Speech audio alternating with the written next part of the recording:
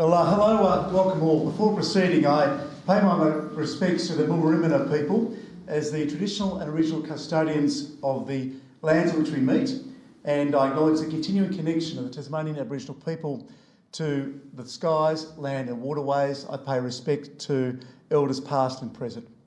Before we commence with tonight's council meeting, please let us all pause for a quiet moment of reflection and respect.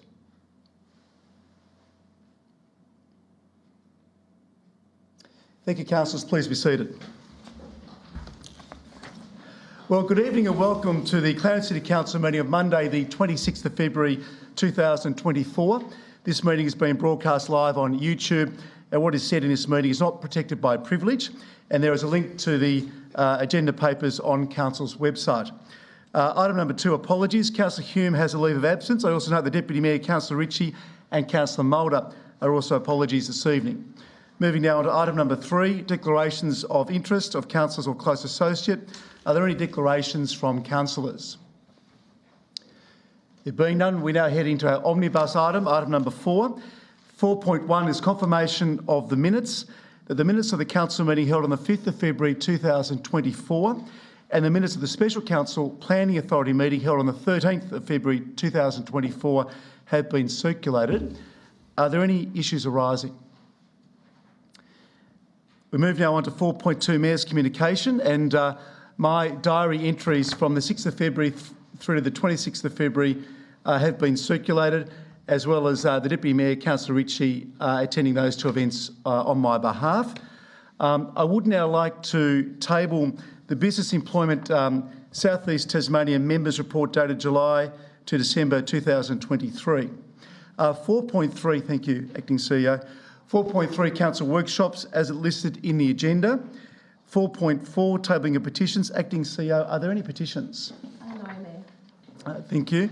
Moving now on to item 4.5, reports from outside bodies. First one being the Copping Refuse Disposal Site Joint Authority. Councillor Walker.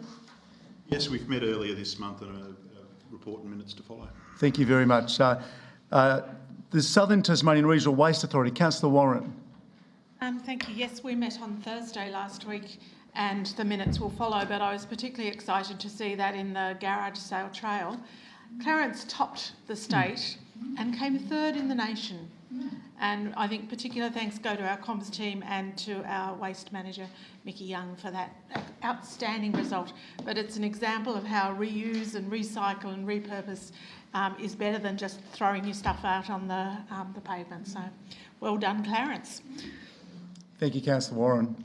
On to Tas Water Corporation. As advised at our last meeting on Wednesday the 14th of February, I attended the Tas Water half-yearly briefing to owners, and I now table that presentation. Thank you. Moving on to the Greater Hobart Committee. Due to the state election being called and with caretaker provisions now in place, the scheduled meeting of the Greater Hobart Committee was postponed to reconvene when a new government is formed. I can advise that last Tuesday, the 20th of February, I joined with the other Greater Hobart mayors for our monthly meeting, and the topics that we discussed there included, we had a presentation from the Committee for Greater Hobart. There was an update on the Derwent Ferry Expansion Project and a discussion regarding Greater Hobart South Asian communities and more broadly public safety.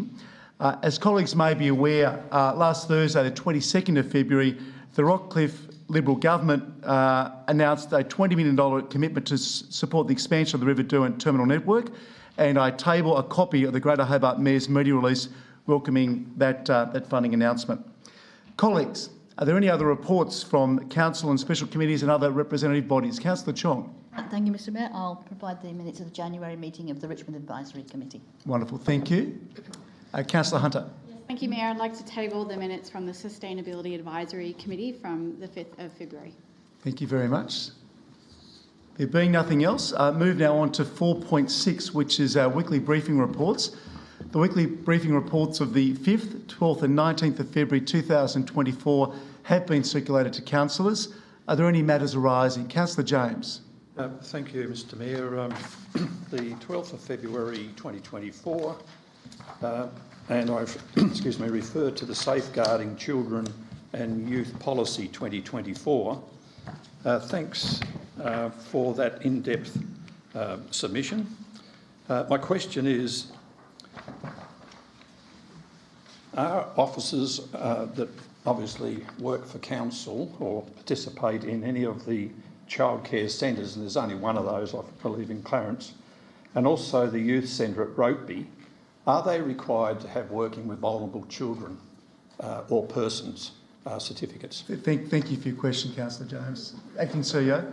I can confirm that employees in those areas are required to have those checks as part of their employment. Another question, Councillor James. Yes. Excuse me, thank you. The 19th of February 2024, and I refer to the Lindisfarne Community Activity Centre, extension of closure period.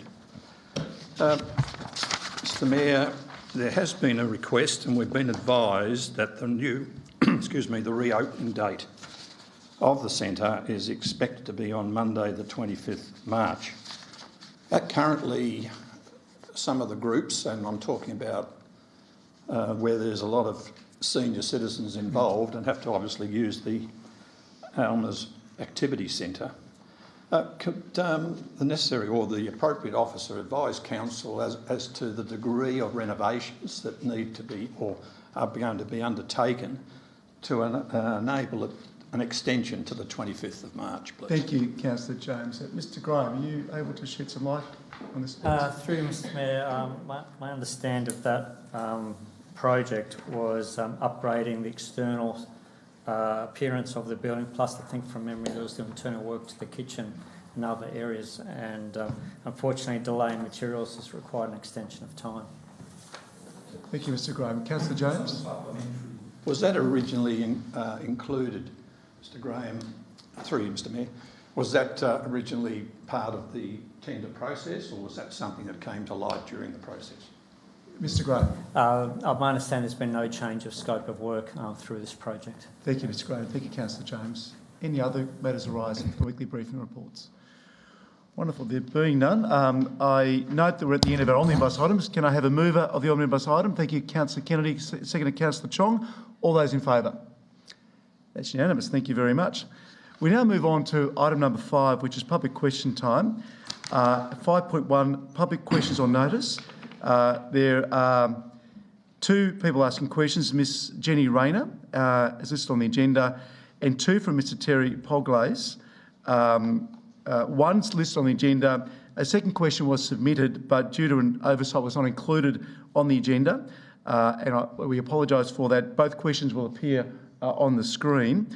Acting CEO, are you able to provide a response, please, to Ms Rayner to start with, please? Okay. The first 2 questions are for Ms Jenny Rayner. The questions are on the screen. I'll read out the answer to the first question. Council officers identified multiple possible sites within the city for a potential high-performance centre. A short list of these were noted in the Council report for the meeting of Monday, 11th of December 2023. Council voted to submit 2 sites to the expressions of interest process, both situated in the Rosny Parklands and Charles Hand Park area. As to the benefits AFL saw in these sites when selecting, Council cannot speak to this. This question is best directed to the AFL.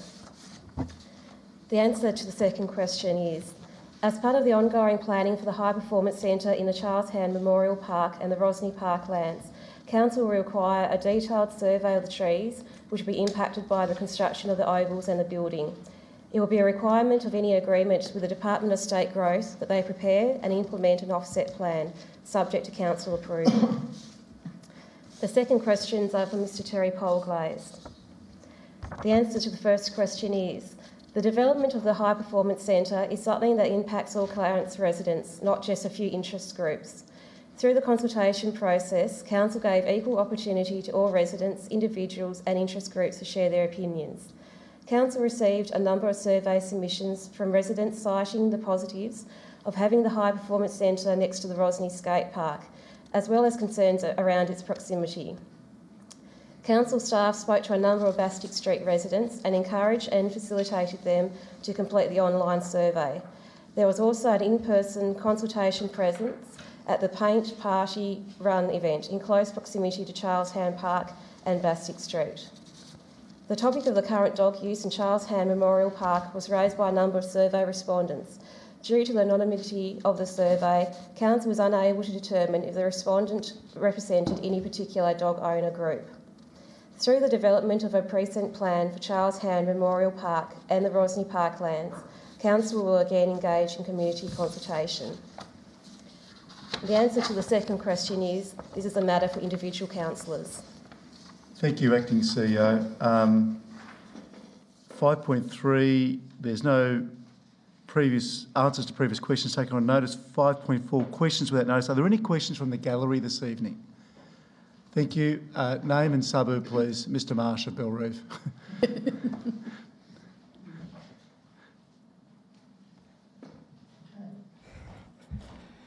Now that the Clarence Council and the AFL have done a deal to try and build a high-performance training centre and therefore destroying our two inner-city parks, Charles Hand Memorial Park and Rosny Park in the process, does that now mean that any parks and reserves in the city of Clarence are now up for grabs by any developer who wants to have an expression of interest in them, including Cricket Tasmania, who are now on the lookout for land on the eastern shore to build their high-performance training centre?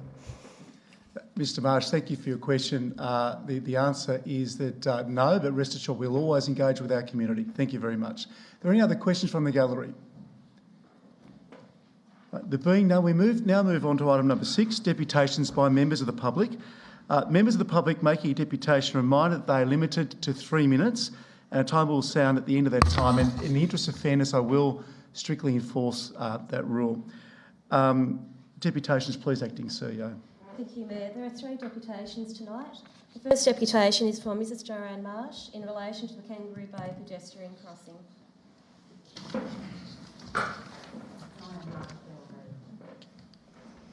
The focus of this deputation is the safety of pedestrians using the 6-lane crossing from the Eastlands illuminated advertising sign to Kangaroo Bay Drive. My first unpleasant experience at the remodelled intersection was having to step back to avoid being hit by a car speeding towards me.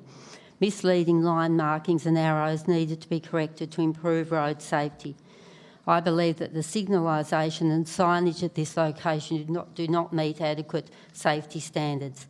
When the signals activate at this location, the green person illuminates for 4 seconds. Able-bodied pedestrians cannot even reach the concrete median strip in the middle of the road before the red person begins to flash for about 20 seconds. While this is happening, cars may begin to build up in the lane turning left from Kangaroo Bay Drive into Rosny Hill Road. Because the wait time at this intersection is much longer than before, drivers are focused on following the car in front of them as quickly as possible to avoid being caught by the next red light. They are not attending to the fact that they are turning onto a road being legally used by pedestrians. Some motorists exercise their sense of entitlement to intimidate pedestrians by swishing in front or behind them, sometimes within a metre, or creeping towards pedestrians, pushing them to walk faster or run. This driver behaviour features in the Road Safety Advisory Council's top 10 misunderstood road rules. The rule is you must always give way to pedestrians on any road you are entering. Consequently, due to drivers' sense of entitlement and or ignorance, I believe that signage is urgently needed. As drivers approach the turning lane, they need to be reminded of the 40 km/h speed limit, and also that they must give way to pedestrians on the road they are entering. Driving within metres of pedestrians is not giving way. The community should be able to rely on engineering excellence in road and footpath design. This allows and encourages people of all ages and abilities to enjoy walking in a safe environment. We can't wait for Clarence's City Heart Master Plan or the Transport Network operating framework to be finalised. This pedestrian safety issue needs to be prioritised and action taken now. I would urge all councillors to observe the crossing for 30 minutes as soon as possible. I would also urge all councillors to visit victoriawalks.org.au with a view to making pedestrian safety and respectful sharing of roads and footpaths a priority in Clarence. I would not like to think for one moment that the continued delays in rectifying this safety risk and others in the city are a result of Council's refusal to find the funds required. Thank you. Thank you, Mrs Marsh. Acting CEO, are there more deputations? The second deputation tonight is from Mr Thomas Chick in relation to reflections on respect. Welcome back, Mr Chick. My name is Thomas Chick. I live in Mornington. It has been suggested indirectly by at least one councillor that I would make a good candidate next time council elections roll around, and I appreciate the sentiment, but I have to disagree. Setting aside my general distaste for people and talking to them, I'm simply not the sort of person I want to see as councillor. The side of me that is cynical and realistic would do great, I'll pay you that, but the doubtful, nervous wreck that shows up to speak here every few months isn't much help to anyone. We can get past that, but given confidence and a little power, another side of me shows up that is abrasive and controlling. Anyone who disagrees that I have that side can talk to any of the internet groups I've drifted through or to the people I worked with on high school assemblies. It's that last side, abrasive and controlling, that I don't want to see in this chamber and keeps me from throwing my hat in the ring. That and the expense of campaigning, but most of you will already know how that goes. I last stood in this place a little over a year ago to see off the council prayer, what I'd seen as an outmoded and unnecessary part of what were already rather bloated meetings. We are now 15 months into the 3-month trial of its replacement, a moment of quiet reflection and respect. The timbre of the previous term had not been one of reflection and respect, and there was a faint hope that this change might turn that tone around, and maybe, for a while, it did. I had recently started a blogging project wherein I would write a report after each meeting, hoping at the end of the term to have a large stack of information I could delve into as the election cycle rolled through once again. A lot happens in these meetings and patterns emerge. The lie of discretion, the defeat of dreams by refusal with cause, budgets that can only go so far, and it all weighs heavy. A few meetings in, the schedule slipped, I burnt out, stopped writing, and haven't touched it since, not even to explain all this. But still, I watched and listened, and as I did, old patterns emerged, that darkness that hung over the old council. I recognise there are some in this community who are pointedly not helping that atmosphere, but that is no valid excuse for it to form again on your side of this railing. All of us here and throughout Clarence, ratepayers, residents and councillors alike, should take a step back and consider where we want to go from here. 3 years is a long time. I don't know that I can be better, but I think we can all try. In saying all that, it would be remiss of me not to acknowledge the ongoing professionalism and calm displayed by staff. I may not always agree with your expert advice, but it continues to be delivered to the highest standard. You have handled this city's ups and downs and all my nonsense with aplomb, and for that I thank you. As has been my custom, the text of this deputation was provided by email to all councillors well in advance of tonight's meeting. Thank you, Mr Chick. Thank you. Acting CEO for the third deputation, please. The third deputation tonight is from Mr Mark Brown in relation to the High Performance Centre. Thank you, Mr Brown. Your name and suburb, please. My name's Mark Brown. I live in Cambridge. My first part of the thing here is an apology, Mr Mayor. As councillors know, through a letter that was emailed to them on Sunday the 4th of February, I was at the rally against the High Performance Centre at Charles Ham Park with my trailer displaying the Yes AFL Team Yes Stadium signs. I wish to take this opportunity to apologise to members of the council for parking there without a permit, as I was totally unaware that in fact I needed one. The High Performance Centre is much bigger than any of us in this room. This state-of-the-art centre built here in Rosny will not only be a financial boost for the Clarence City, but also a huge boost for the community in general. How good would it be for the children of Hobart to be able to go and watch AFL players train and have their photos taken with them, as well as grabbing an autograph? Many AFL players put countless hours back into helping out within the community. You only have to watch the Brownlow night to see what kind of work AFL players do within the community. I would like to read a few paragraphs from a story that was published in the Mercury on Tuesday, 6th of February from a Mr Rodney Anderson, who has recently retired after teaching at Rosny College for over 20 years. I recently retired after teaching at Rosny College for more than 20 years. For most of those years, my weekly lunchtime duty was around the northern entrances to the college, adjacent to Charles Ham Park.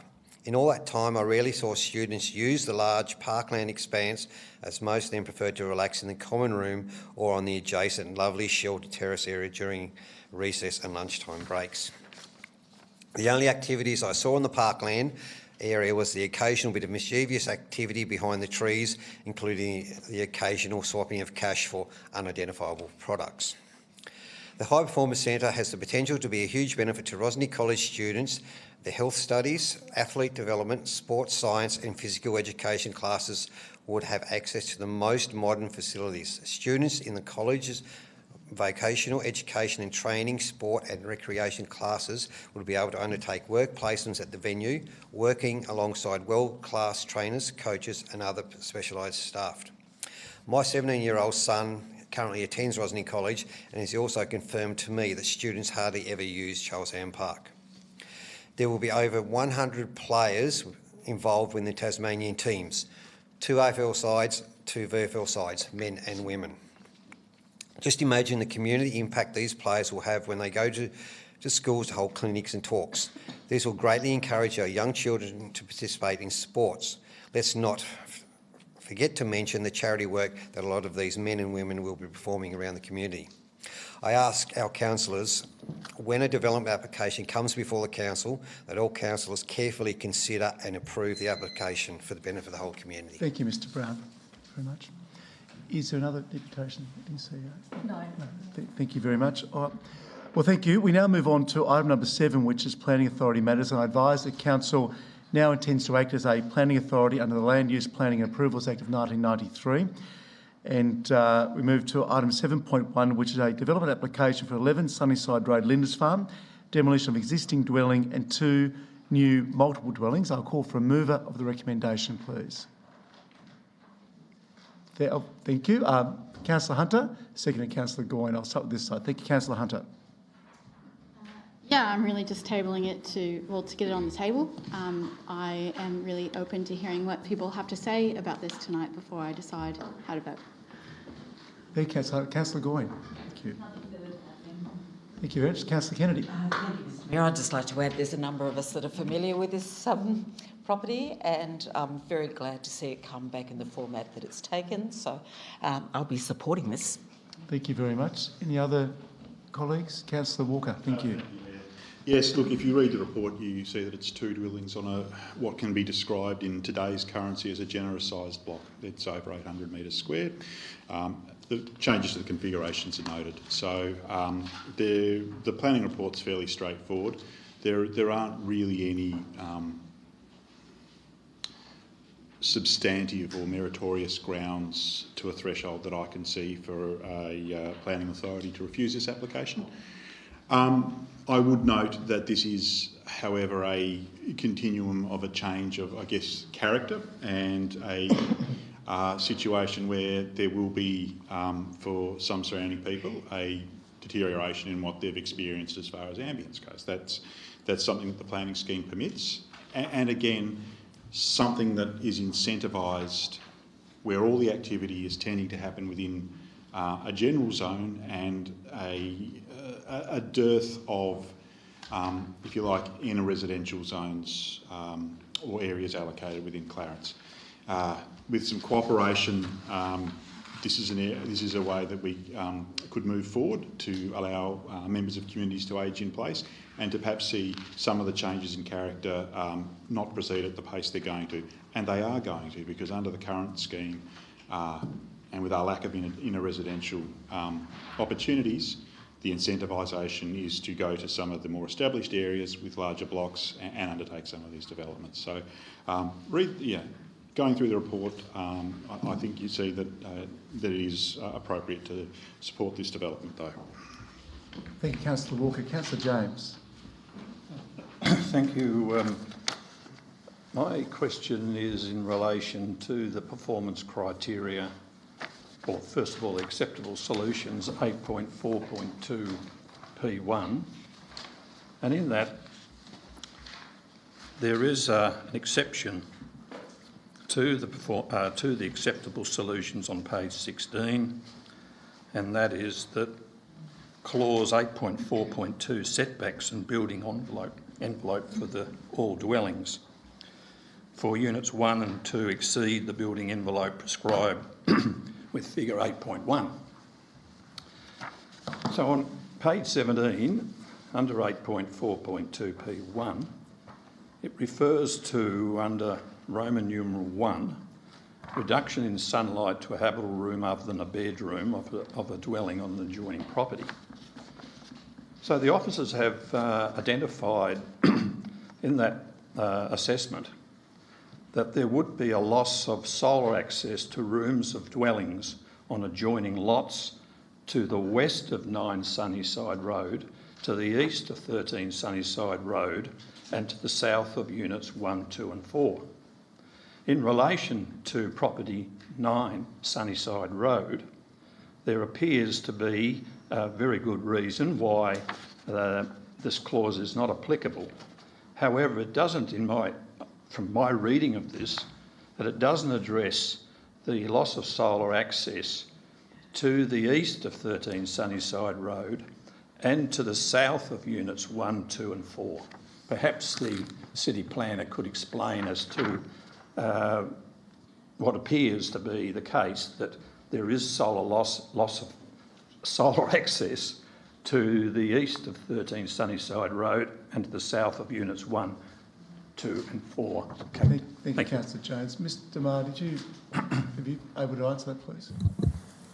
Through you, Mayor. Thank you, Councillor Jones, for the question. As you can see on page 17 and going on to page 18, there's a detailed explanation with regard to how that meets that criteria.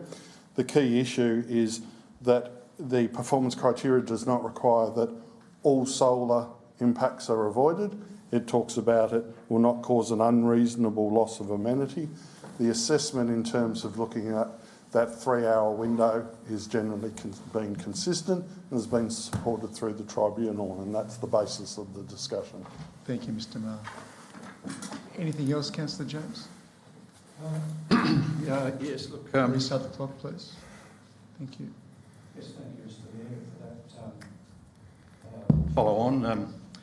Yeah, look, I understand that that there's only, if there is a condition met in relation to one of the properties, then it appears that there still is a condition that ought to apply in relation to the south of units 1, 2 and 4 Cayuta Road. So that appears, and I'm speaking now to the matter rather than asking a question, so it appears that there hasn't been a condition that obviously says that there is no impact on the south of units 1, 2 and 4 Cayuta Road, but it seems as though there is not unreasonable loss in relation to 9 Sunnyside and 13. So really what I'm saying in this, and why I'm concerned about it, is that, okay, if there's 2 residents that basically obviously meet the performance criteria, but the units 1, 2 and 4 that don't, and they haven't basically been given a tick in the box to say that they would not necessarily have unreasonable loss of amenity as part of this particular DA. Thank you, Councillor Jones. Any other colleagues wishing to make a contribution? Being none, Councillor Hunter, you're right to reply, please. Thank you, everyone, for their contributions. I am much clearer on my decision. Thank you.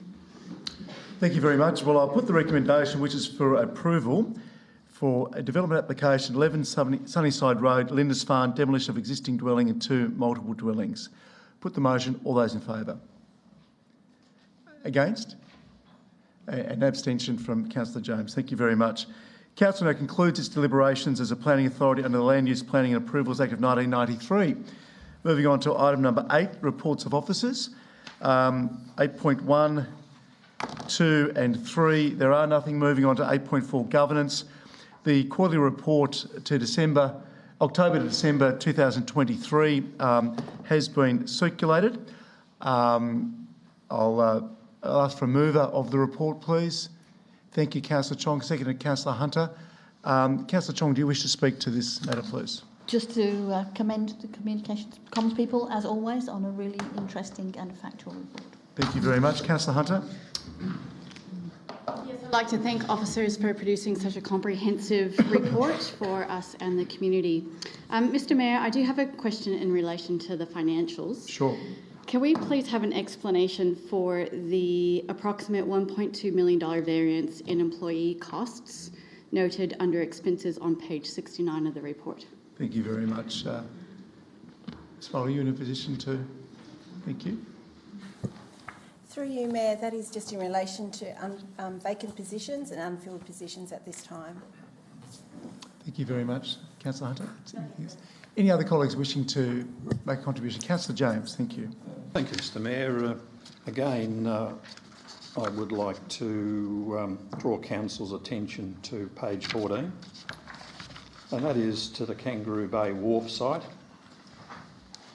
It says in detail, at a meeting on the 20th of March, Council reaffirmed its decision to initiate the buyback, and the process is underway.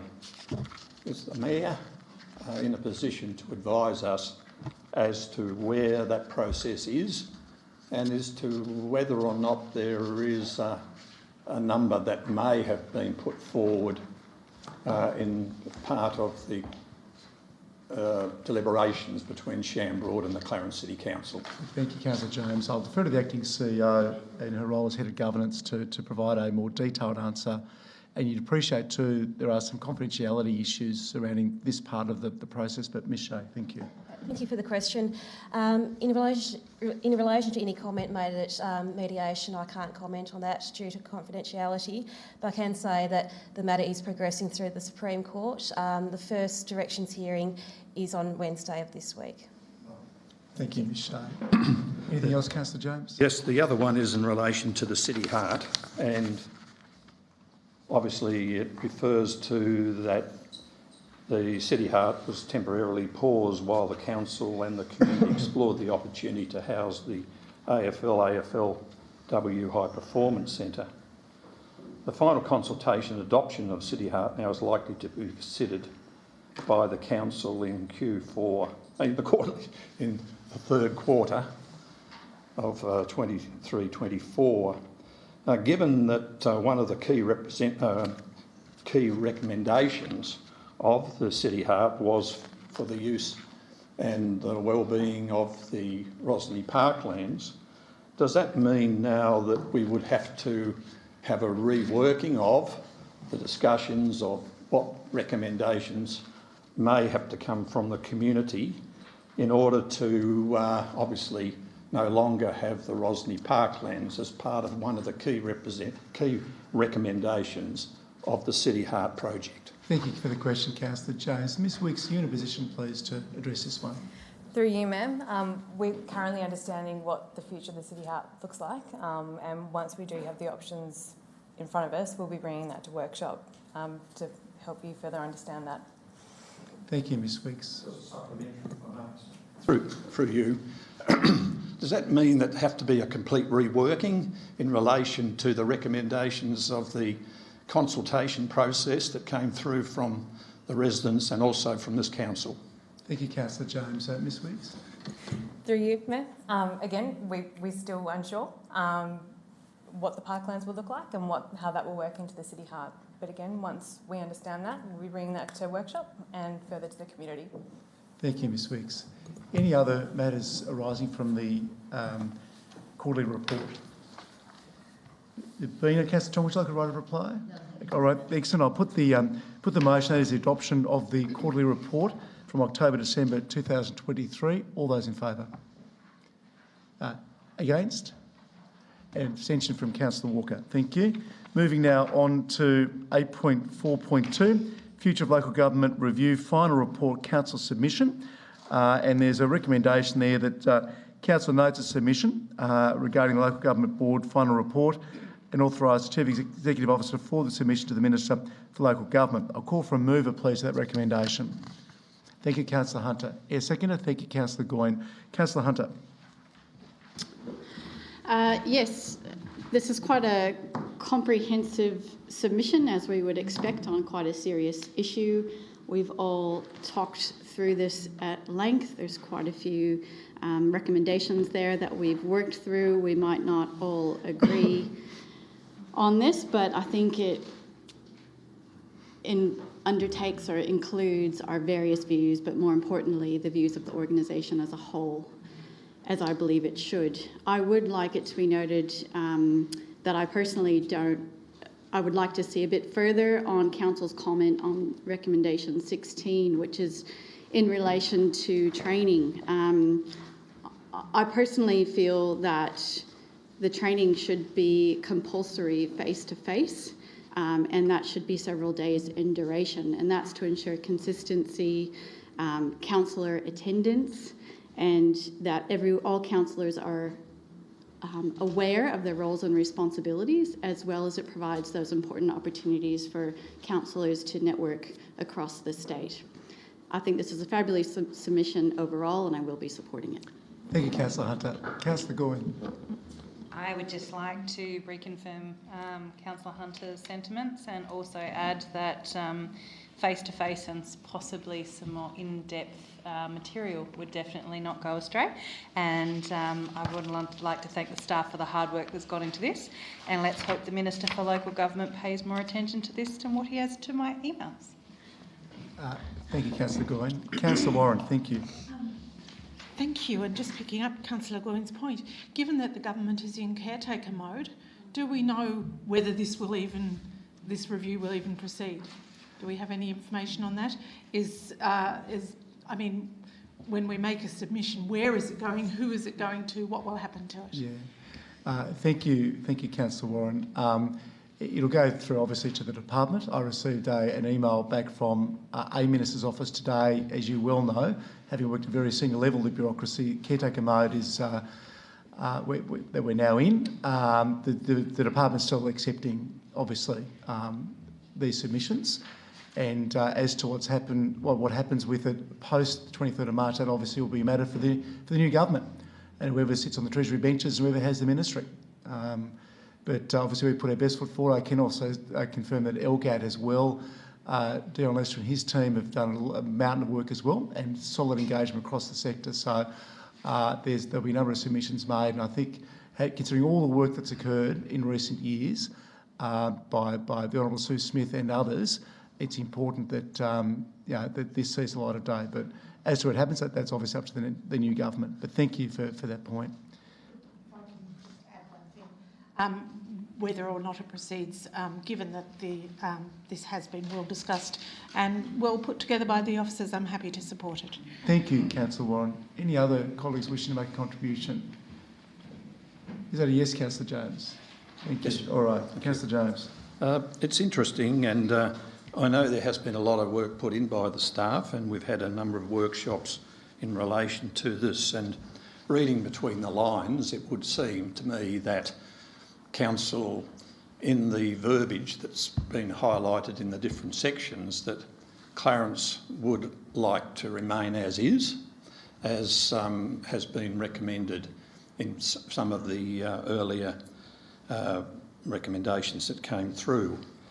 The simple fact of the matter is that this council, back in 2001, entered into some very extensive negotiations with the Sorell Council. And at that time, there was a survey done that Sorell would be participating and would consider a merger with Clarence back then. It was also Tasman's, we put out, well, sort of advice to them as to whether they wanted to be part of that.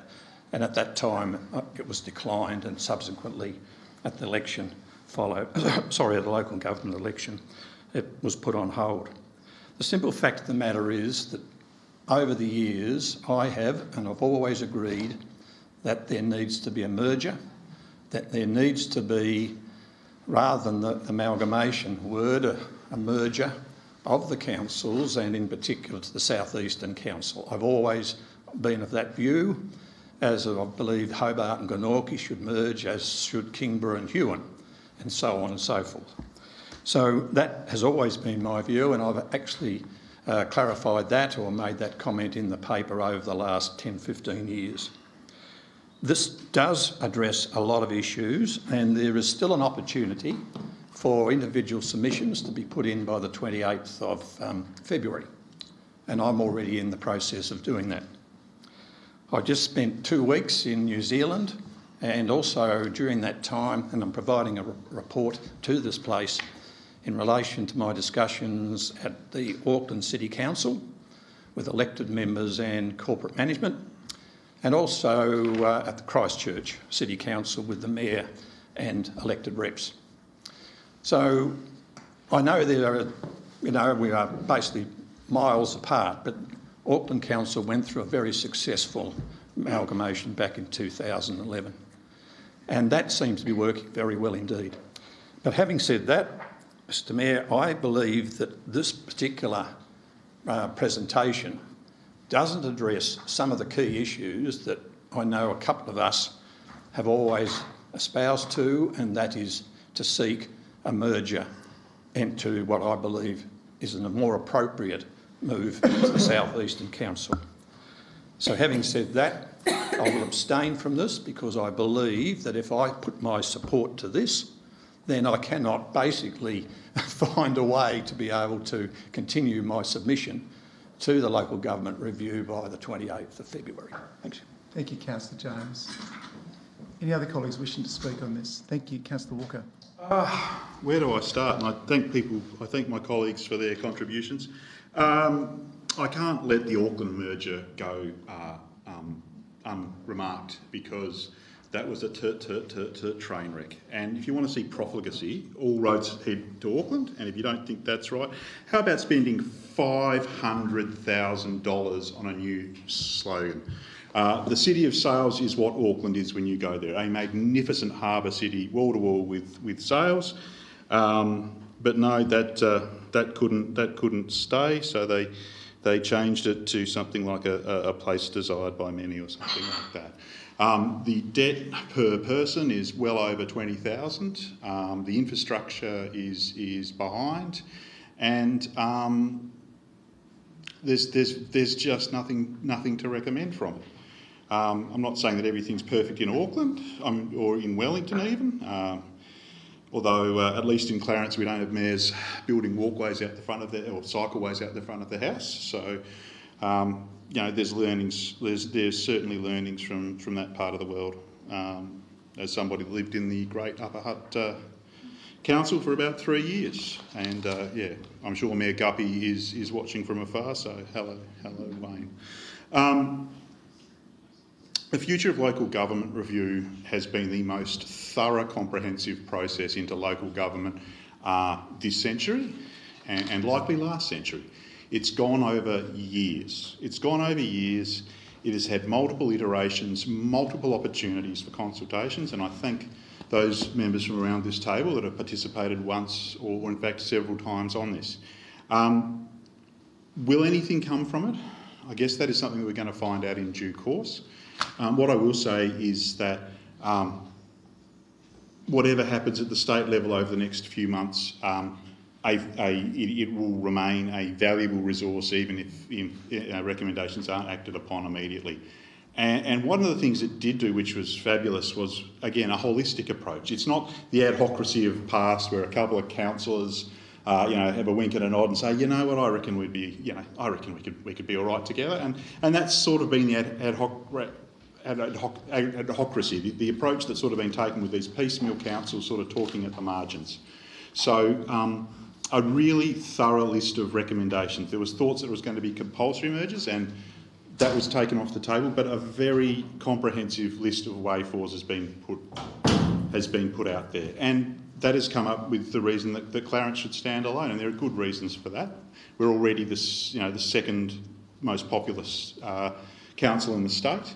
Financially, we're not perfect. I think we could be better, but compared to the other crowds on the block, we perform pretty well.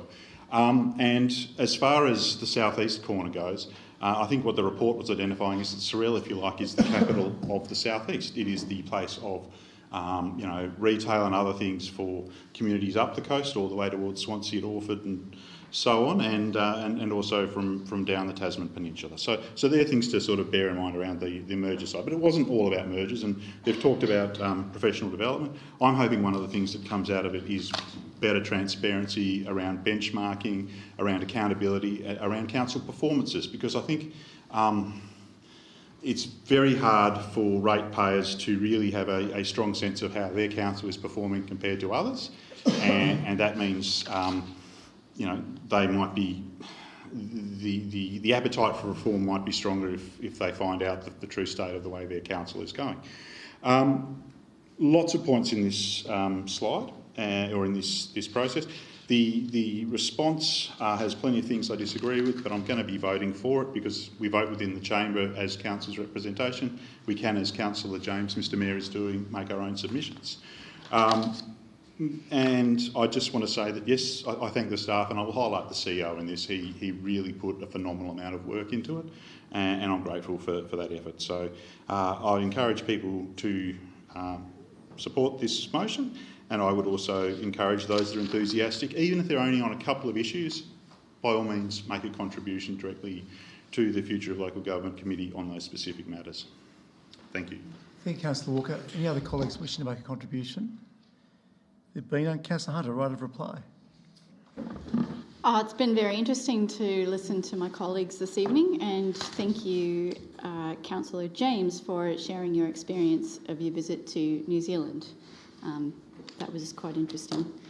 I think we all have said our bit, and I seek your support. Thank you, Councillor Hunter. I'll put the motion, and that is that we note Council's submission, and we authorise the Chief Executive Officer to forward the submission to the Minister for Local Government. I'll put the motion. All those in favour? Against? Abstention. Thank you, Councillor James. Moving now on, so passed. Moving now on to item number 9. There are no motions on notice. Moving to item number 10, council question time. 10.3, answers to questions without notice. Previous council meeting. It's listed in the agenda. Questions without notice. Are there any questions from the floor? Starting this evening with Councillor Kennedy, please. Thank you, Mr Mayor. And I will direct it to you, and then you may be able to direct my question, which is really quite a simple one, I think, and it gets back to comms again.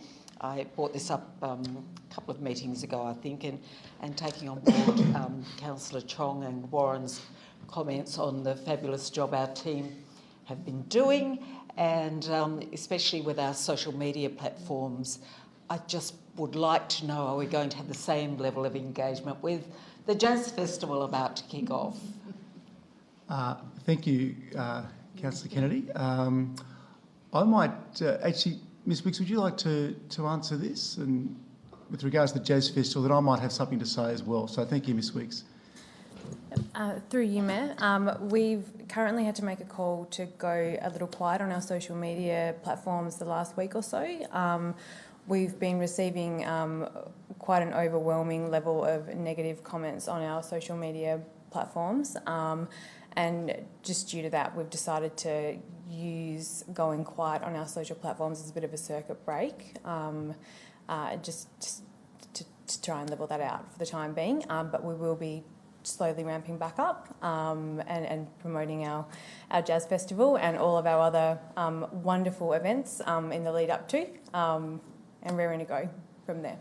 Ms Wicks, thank you. And Councillor Kenny, I might also jump in here as well, and thank you for the question, because it is something that I've recently had to discuss with Ms Wicks and also the acting CEO. And what has become abundantly clear over recent weeks is that there are some very strong opinions in our community, both for and against the building of the AFLW High Performance Centre in our city. And since our proposal was selected as the preferred option by the Tasmanian Government, we've seen an unprecedented level of engagement with Council through our social media platforms, and in particular our Facebook page, as Ms Wicks touched on a moment ago. However, as many colleagues are aware, disappointingly, we are continually seeing comments on unrelated posts being linked to the High Performance Centre, and the commentary and criticism of Council and the work of Council staff being more pointed, and in some cases, highly unacceptable. while it was never expected everyone will agree with the council decision, there is a clear expectation that people conduct themselves with a level of respect when engaging with council, both in person and also online. To a certain extent, unfortunately, I've become quite used to receiving criticism online, even though recent commentary has at times been quite disgusting and, frankly, in some instances, totally unhinged. Now, as a council and the ultimate decision makers, we must be mindful and perhaps do more to recognise the public-facing council staff often bear our council public-facing staff often bear the community's angst for the decisions that we make here in this chamber. We recently had a situation where a member of an advocacy group opposed to the High Performance Centre shared personal information about a council officer in a public Facebook group with disparaging remarks. Now, regardless of your view of the High Performance Centre, this is, I'm sure we would all agree, highly unacceptable. I'm told the correct terminology is doxing and may be illegal if it leads to harassment or threats. Now, this blatant disregard for privacy of our staff triggered a series of events, including the decision being made for council to stop posting to Facebook for a period of time, as Ms Wicks touched upon. Also allowing staff a break from the exposure of constant negativity and having to vigilantly moderate comments on our platforms. Council staff were also offered support from our People, Culture and Safety team and the Employee Assistance Program. In fact, as a result of the vile and nasty online comments, as well as the doxing of a council officer, some members of our staff have been offered psychological safety counselling. Now, in anyone's books, this is a sad state of affairs. Councillor Kennedy, as you point out, Facebook is a vital tool for council to engage with our community, and the decision to stop posting hurt our ability to communicate with our community. But on this occasion, as I've just outlined, it was necessary, as the safety of our staff, as I'm sure we'd all agree, is paramount. As I said last meeting, I'm more than willing to listen to people's concerns and have pragmatic, respectful, honest conversations so that we can work towards best solutions for our community. What I'm not prepared to accept is any of Council's hard-working, dedicated staff being the target of malicious, nasty and, in some instances, just downright deranged rants published online. So please, let me be clear. Let me be crystal clear. You don't have to like every council decision, but I implore everyone engaging with council, particularly through social media, to please be respectful of each other and of council staff. I'm not saying council is not open to criticism. However, there are appropriate times and places for providing alternate views in a respectful, mature and civilised manner. I remind colleagues and members of the public that it is incumbent on us all to lead by example, and it is my sincere hope that whilst there is understandably passion on both sides of the debate, that we remain mindful of the welfare of others and at all times conduct ourselves accordingly. Councillor Kennedy, do you have another question? Yes. I'm very sorry, actually, that I started this process because I realise now how affected our staff have been. And I guess my question sort of is, is it upon us to go out and promote the Jazz Festival? Is that our avenue now? Is that what we do? Thank you, Councillor Kennedy. Ms Wicks, please. Through you, Mayor, that would be wonderful. The more the merrier. We would always encourage anybody and everybody to promote our wonderful events. Like I said, we are going to start smattering out some posts, and we, of course, want to start promoting all the wonderful things and get back on the positive and the proactive. That's always been our MO. But, of course, we would always empower all of you, and please reach out and get in touch. We'll provide you with all the information that you need. If you would like to use word of mouth, social media tiles, anything like that, we will arm you with everything that you need, and would absolutely love all of your encouragement and support, and would be very grateful. Thank you. Thank you, Ms Wicks. Councillor Chong, do you have a question? Thank you. Councillor Warren? Thank you. I do have a couple of questions. The first one, I wonder if any information could be provided on the meetings that have been held with regard to the expansion of the ferry service, and whether there's any information available on the proposed position for the Lindisfarne Ferry Wharf. We can provide that in a briefing note, Councillor Warren, unless you're in a position, Mr Graham. I have no additional information on the ferry service myself at the moment. Yeah, I can say in answer that, as you would have seen from my notes earlier today, the Greater Hobart Mayor's received a briefing from the Hobart City Council officer who's been liaising with DSG. The short answer is a body of work has occurred on the state government side, but at the moment being caretaker mode, they're not in a position to progress that. You'd be aware of as I've touched on earlier, the Liberal Party's announcement last week. We, as Greater Hobart Mayors, called for $26 million. They've promised $20 million. We're hopeful that the Labor opposition will also come out in the near future as well. But as to more detailed information at this stage, I'm sorry, Councillor Warren, we can put together a briefing note when the CEO comes back tomorrow, and I can engage with my colleagues as well, but not a lot coming out of DSG at the moment. Thank you, and I do appreciate you balancing things up there, because we have to be really careful during caretaker mode not to provide political announcements for one side or the other. But it just seems to me that if it's the preferred location for a ferry, there must have been some discussion about exactly where in Lindisfarne that's going to be. But I look forward to that briefing. My second question is just a follow-up from your very good explanation earlier about the difficulties of social media. And again, balance, I'm sure that you will be applying the same rules to people from both sides of the argument, because there was a post on social media and I stopped reading these because it would have been damaging to my health. And I was just trying to find it on my phone then, so apologies for using my phone while you were talking, but it was something along the lines, it was in relation to the question that I asked at the last meeting, I think to do with parking, and you replied with a prepared response. And there was a clip of that on social media, and the caption was, "This is gold, Mayor gives a whack." Something like that, I think, which was really inappropriate, and it had a huge number of people saying, "Yeah, give it to..." Yeah, so I just want to make sure that we're being even-handed on making sure there's no social media misbehaviour on all sides of the debate. Thank you, Councillor Warren. And first of all, I'd just say that I make absolutely no excuses for being prepared. I sort of pride myself on working hard and being prepared at all times. So I do, I don't make no excuses for being prepared last meeting or this meeting or any other meeting. With regards to social media posts, I absolutely agree. As I said in my closing remarks, it is incumbent on all of us to bring our best selves. Thank you. Councillor Darko. Councillor Goyne.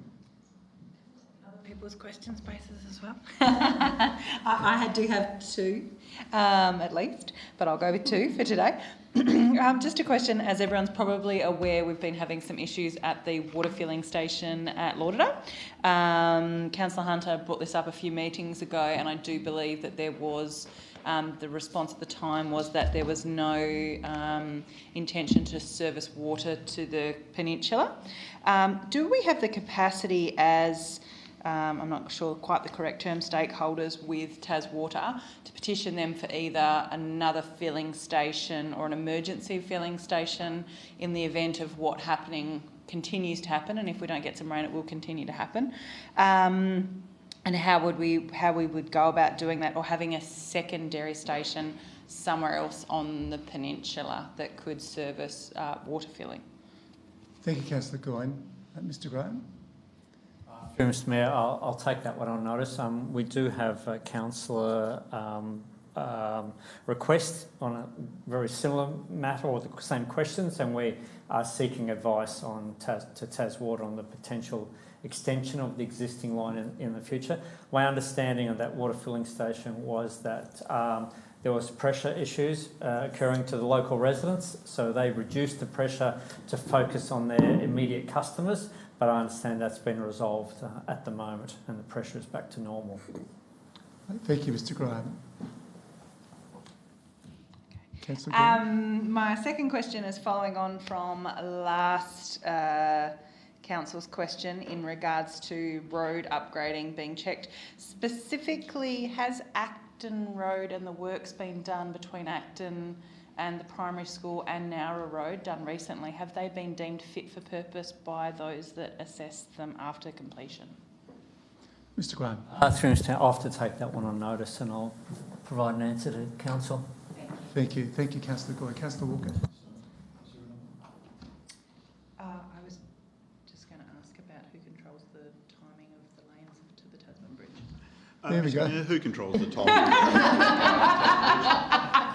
Mr Muller, repeat that for Mr Graham, please. Who what's it? Coming from the Eastern Shore across. Who what's it? Department of State Growth, it's their infrastructure. They'll have all responsibility for the timings of the actual bridge. Okay. Do you have a fourth question, Councillor Gordon? Just because the lane closes early and there's still a lot of traffic at 9:30 now, and the lane going across closes at 9 o'clock. Thank you. We will move on though. Councillor Walker, you have another question? I think I'll hold over till the next meeting.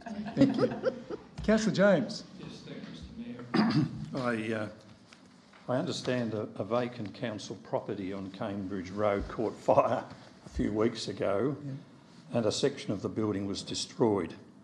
Has an insurance claim been lodged by council to its insurer provided, obviously to cover a rebuild? Thank you, Councillor James. Mr Edwards, is that you or Ms Muller who would like to...